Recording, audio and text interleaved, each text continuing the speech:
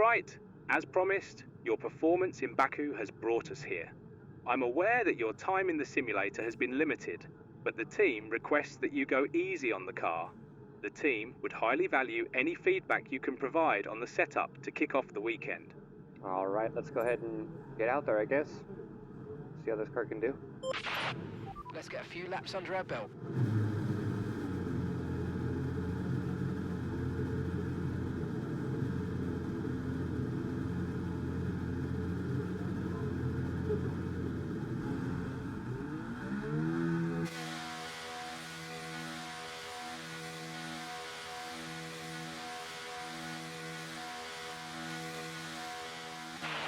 On your outlap, make sure to familiarise yourself with the car's response.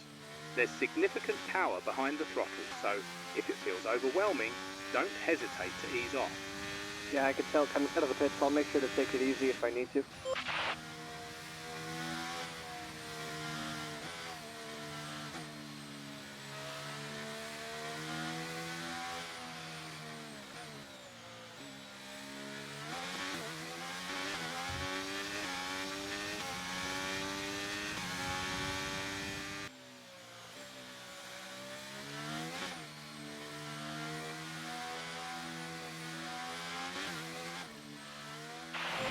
With only 5 minutes remaining in the session, your feedback has been invaluable. Ease off on the back straight and head for the pits. The team is thrilled with the results, and there's a noticeable cheerfulness among the mechanics in the garage. They're likely eager to have you back in the driver's seat as the season progresses. That would be a great opportunity. I just wanted to thank the team to let me come out this weekend during the F2 season and get a little bit used to the handling on the F1 car. And look forward to coming out again later in the season. So I'll keep in touch with you guys.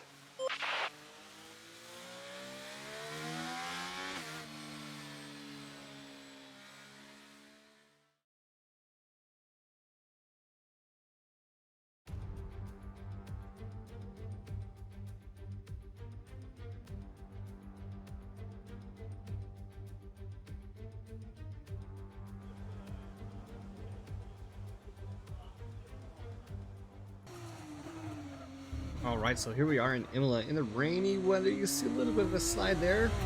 Our statistics only show up, the focus increases, everything else stays the same. And if you guys can tell, we're on a new microphone as we're coming up to the start-finish line. Could be a 1:43.595. Good enough for P2 as of right now through the rain, but we do wait towards the end of the session to where we get some dry weather. About 10.2 seconds up on the gap, as we're sitting in last because we're the last person to come across the line on these super soft tires.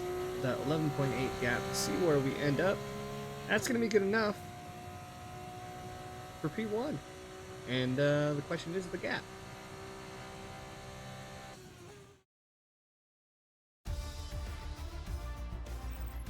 Goodbye for now then, but we really are just getting started. Make sure you join us again for Lights Out tomorrow.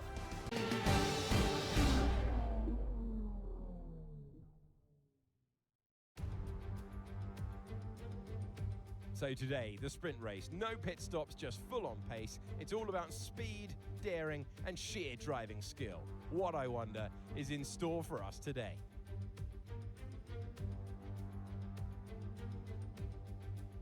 It's 3.1 miles around Imola with 19 turns to master, 9 right-handers and 10 left. And note as well that Imola is one of the few tracks that's driven anti-clockwise. Keep an eye on the exit from turn 18. A good exit there, leading into the circuit's only DRS zone, will probably be the setup for some of today's best overtaking opportunities. It's Formula 2, it is the sprint race. I'm Alex Jakes, Alex Brundle is alongside me. Now Alex, there's no mandatory stop in the rules, but this is Formula 2. Anything could happen. Try to leave reverse in the pit lane if you possibly can. You do not want to be going backwards from the front row of the grid. This is the moment where some drivers are able to snatch points they won't be able to later on. Great job so far this weekend. Remember to take it easy on the corners that gave you trouble during practice and qualifying, and we should be good. We want to avoid the car taking too much damage from running through grass and gravel, so let's maintain our current momentum.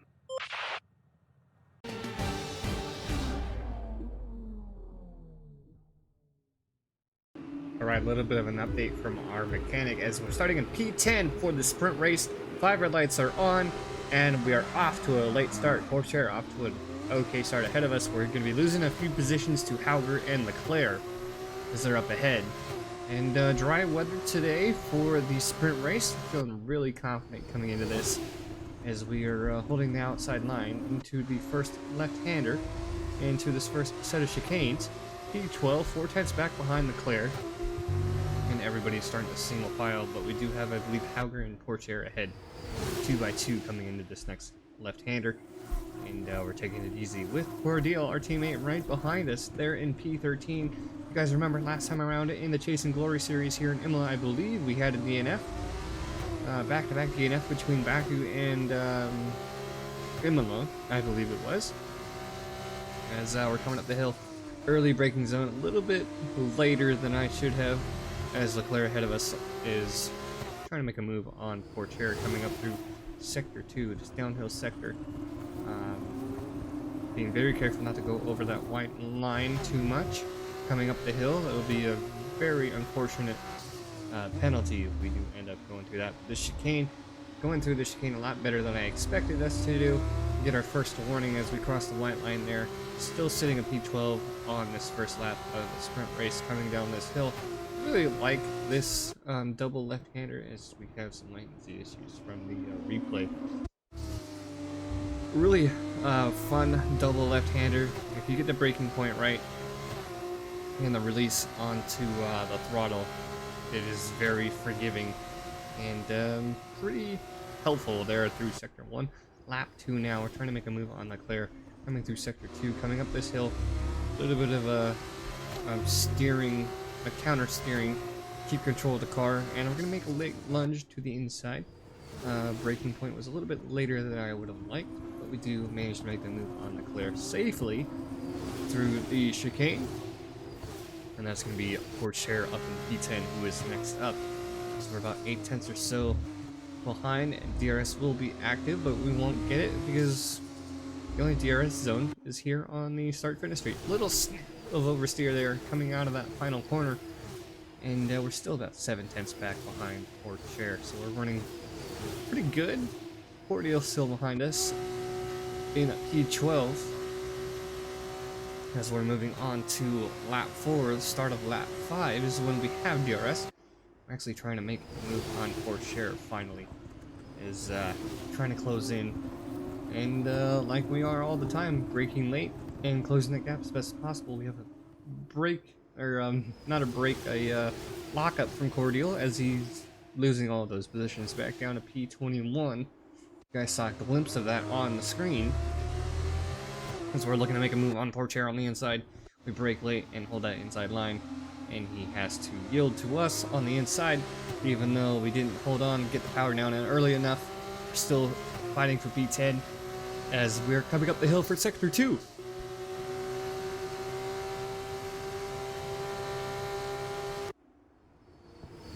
Lap 5 now, we're still trying to make a move. A little bit of contact there on Corsair as we're trying to move in. A Bearman there in P12 as I'm feeling okay. We can still feel these medium tires, most of the grip, and 2x2 Benavides and Hauger ahead of us, and that's side by side with Corsair up into P10. Trying to make a look at another move. Benavides on the outside. We made the previous run on Corsair on the inside, no luck, and this could be the same situation here for us with Benavides. But by the end of lap 5, we're Hauger, Benavides, and big DRS train here with myself and Hauger. Benavides is a sitting duck, no DRS for them. So that gap is 2.4 seconds. We're coming up behind. Who's gonna be threading the needle? Lots of words here with this new microphone. It picks up really well. Threading the needle between Benavides and Hauger, going wide there for our second track limits warning as we hit the gravel. And I luckily had no damage after that risky move coming up to the breaking point there from the first stretch.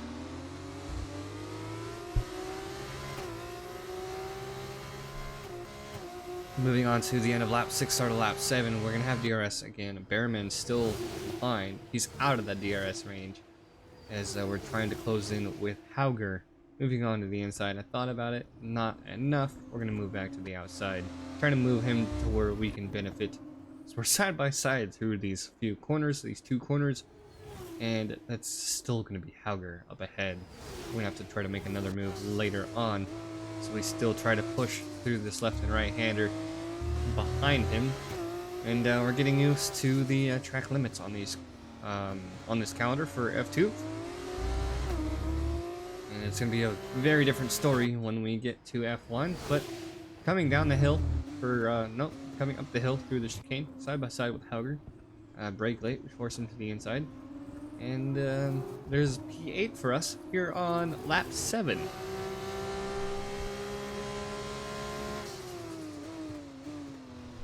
Here's the apex that I'm talking about. A little bit of a snappy steer there as lap 10 now. Looking at Stanek with a lockup through that first left-hander, major left-hander, as he's going to be losing positions. This almost, if this wasn't lap 10, I'm pretty sure that would have caused a safety car. As you can see us driving past there, getting a free position for P7 behind Fittipaldi. And that's going to be our finishing position for the end of the race. And that's the end of the race. We'll see you in Parc Fermé.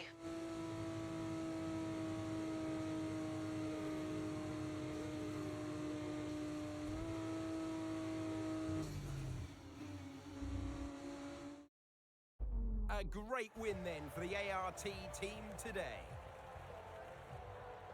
Feisty young drivers reverse the grid and send them with no pit stops. There's always going to be a bit of chaos, Jakesy, but they dealt with it really well.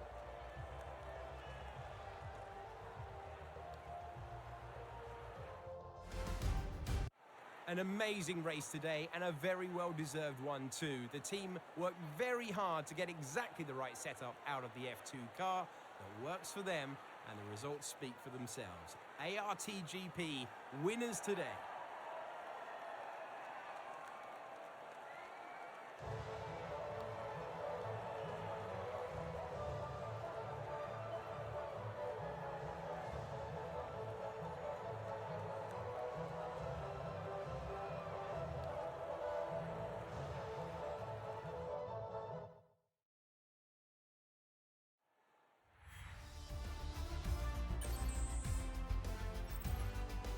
After all this drama, you'd be mad not to join us for the next race. We hope to see you there.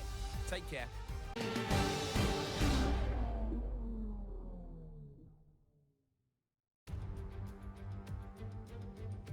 Welcome to all those joining us as we kick off another round of thrilling Formula 2 racing at Imola.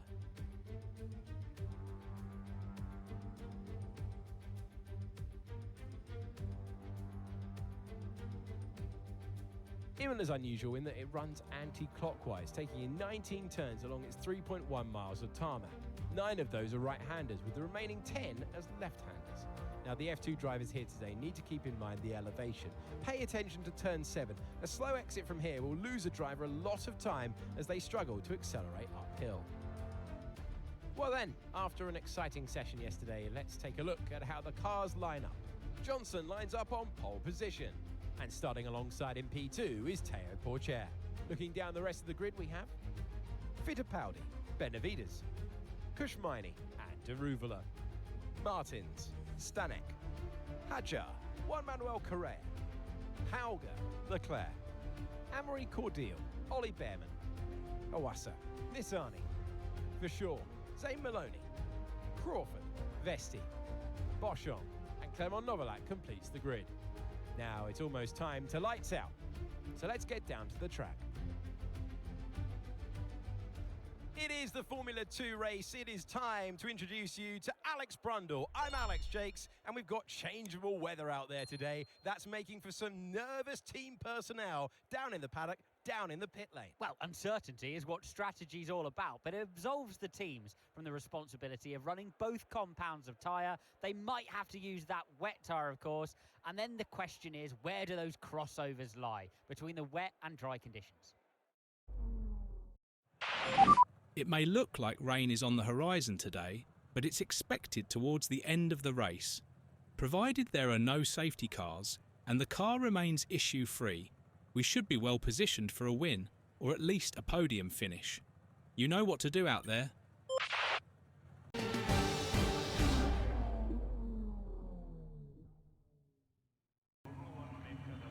The formation lap gets underway for this, the Formula 2 race, and every driver will be looking to settle in for the race ahead, making sure the car is ready for battle once the lights go out.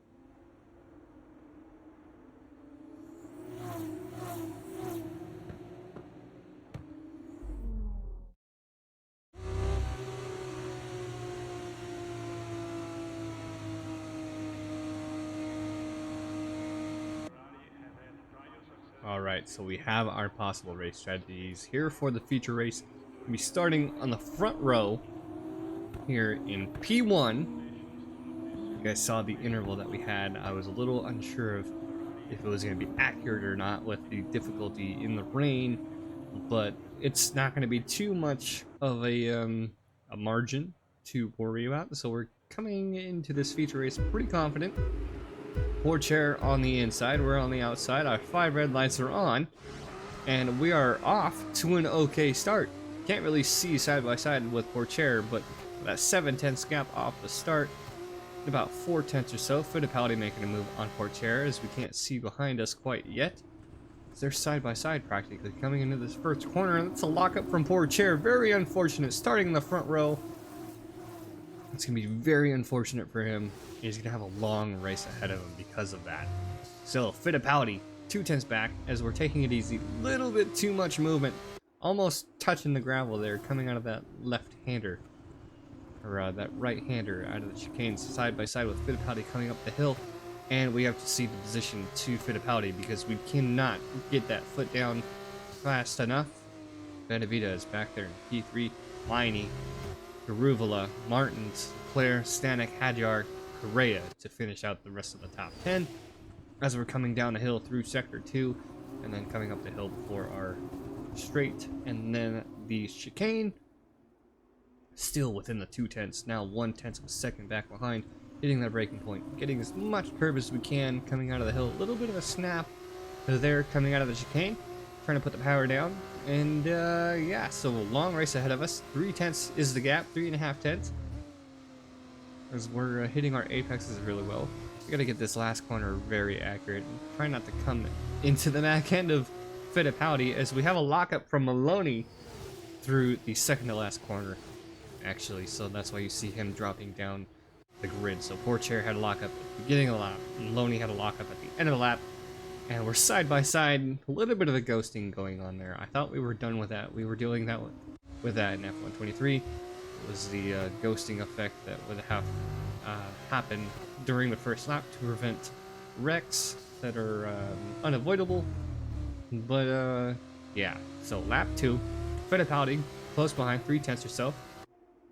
We are leading comfortably as of right now. Lap 8, 2 out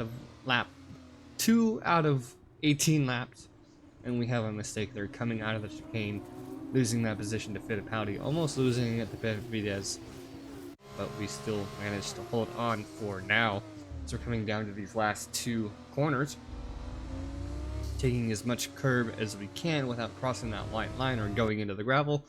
That's the track limits for this track here in Imola, is basically the gravel. You don't necessarily get a penalty because it'll be getting stuck in the gravel, but that's the start of lap 3. Still behind Fittipaldi. Halfway through, coming down to the last 2 corners of lap 3, so we're going to have DRS, and we're 4/10 behind. So we're going to have an easy pass on Fittipaldi for P1. Benavidez is close behind as well. It's going to be Leclerc, Arthur Leclerc, with a lockup to the second. No, it's going to be a DNF for him. I thought it was a lockup as well. I was wrong. Very strong DRS and tow from Fittipaldi coming into turn 1, or I think turn 2 or 3. I don't remember the layout for Imola. That first left-hander gets us into P1. 2/10, almost 3/10 is the gap. So we're trying to push ahead, and we're going to be running pretty strong coming through. So we move on to the end of lap 4. It's going to be a different story because we have Fittipaldi and Benavidez who are close behind. Fittipaldi is going to have a free move, and we have to worry about Benavidez coming up and taking that position from us as well. We're going to file in behind Fittipaldi. Benavidez side by side there on the left side, as you can see his front wheel side by side through this chicane as we're going to be coming out in P3. So we had to see the position, not necessarily though, as we're side by side still, almost entirely all the way through Sector 1, as we finally get the upper hand on Benavidez and hold on to that P2 position. So about a full sector of fighting for P2 against Benavidez behind us. Very good fighting, very good movement through those corners being too wide. End of lap 5, start of lap 6. We're going to be 1.3 seconds behind Fittipaldi, so that's going to be our cue to come into the pits for our next set of tires, which I believe is the mediums. And yes, it is the yellow walled mediums. And this is actually, I believe, a lap early from the rest of the pit stops, so we have a lot to try to run for on this out lap, because as you can see, this pit exit, there's a lot of time loss on this pit lane. And with Leclerc out, we're coming out in P21 behind everybody else, but there are 2 more laps to cover pit stops and try to get it up as best as possible to the top 3, because Fittipaldi and Benavidez are up there. Lap 6 now. See who we have for the first iteration of pit stops as we cross the start finish line. Now we're going to be moving up towards the midfield. You see the large line of cars coming out of the pits as we just pass Miney and Stanek, who are coming out of the pits. P11, 29 seconds or so behind Boshung, who is in P10. And we have the end of lap 7 to see how many other cars we can pass for our chance at a podium. So, the second half of the rest of the drivers are coming out. Nissani coming down through Sector 3, ending up having a DNF. This is going to be us back in P1, and you can see Fittipaldi is having to fight Miney on the exit of the pits. That's going to be a 1.7 gap, 1.6 is dropping or so. Miney has the momentum that came out a lap before us as we're coming through here and running really well. Lap 8, so 10, 11 laps to go. We have about a 1.5 second gap as we get a yellow flag here, and I believe it's Nissani. I was wrong. Nissani is coming up the hill here in Sector 2. And I was surprised it didn't pull a safety car because it was still sitting there for over a lap. Lap 9 now. Miney 1.7, Fittipaldi 1.1. And you can see Miney's still trying to catch up. We have a little bit of a mistake. You can see, you just see the back end of the car coming out as we're coming through these exits. And we clip the grass and drift the car. Almost got caught in the gravel. We lost a little bit of time on Miney, so I believe it's about a 0.5 second of time lost.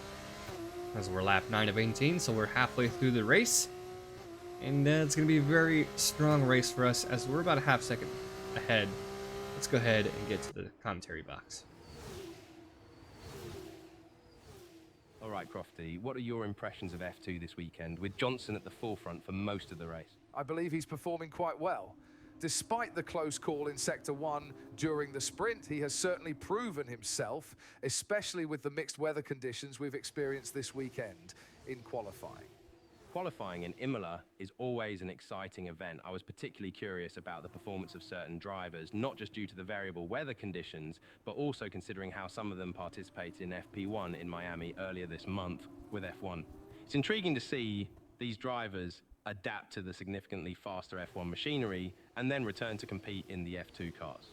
The anticipation of a weekend's race Observing the young drivers' talents on display for teams and fans alike is always a highlight. Coulthard, I'd like to pass the discussion to you. What are your impressions of the race and the drivers' performances this season?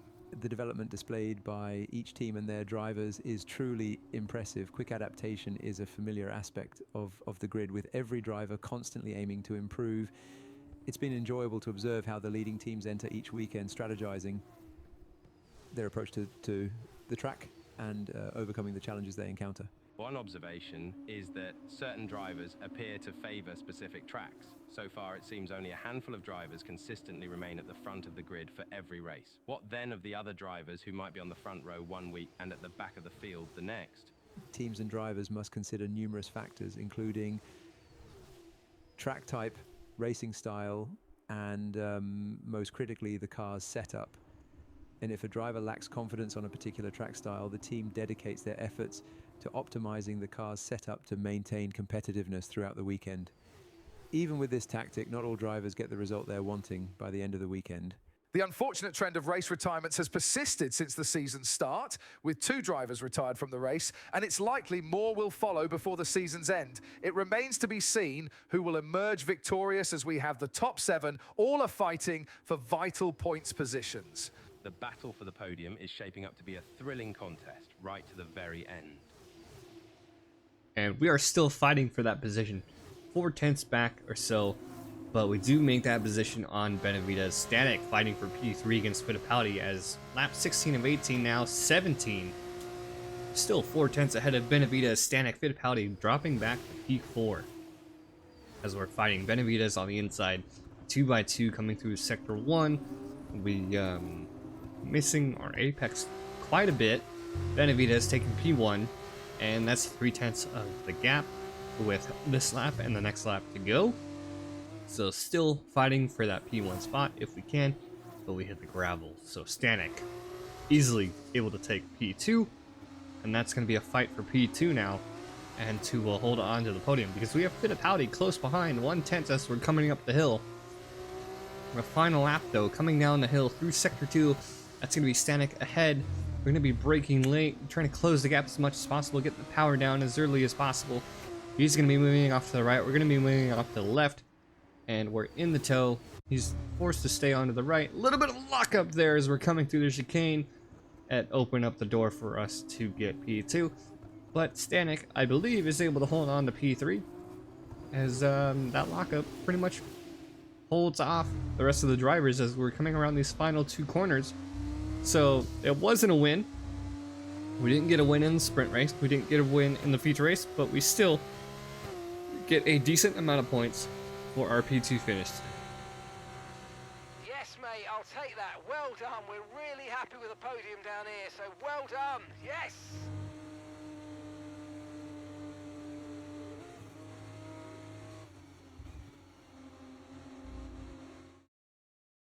Well, what a drive it was to take the win for PHM by Charouz today.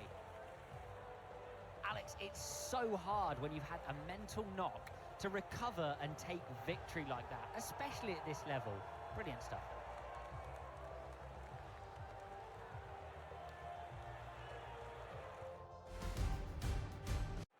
Here come our winning drivers then, out onto the podium at the end of a thrilling race.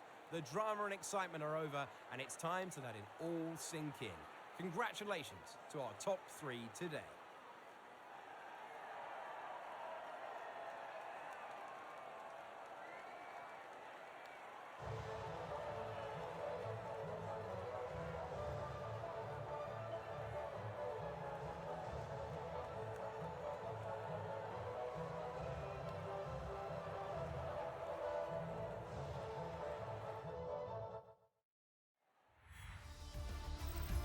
It was great having you with us for this weekend. I hope you enjoyed it as much as we did.